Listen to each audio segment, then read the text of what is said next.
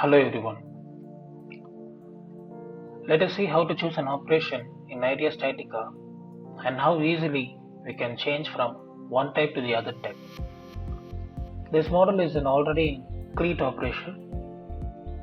The properties of this cleat can be modified in the right pane of the user interface. If you don't want to go with this cleat operation, you can delete from here completely. You can choose another type of operation from this tab. Let me choose an end plate operation.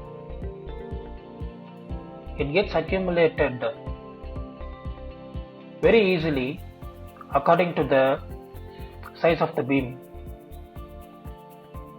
You can able to modify its properties from here.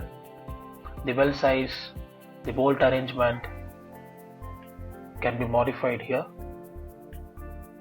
Also, you can delete this and you can choose a fin plate operation.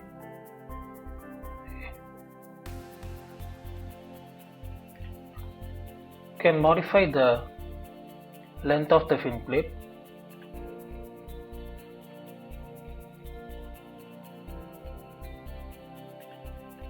You can see how it has been performed.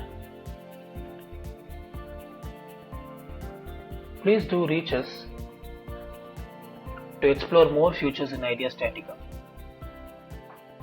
Thank you.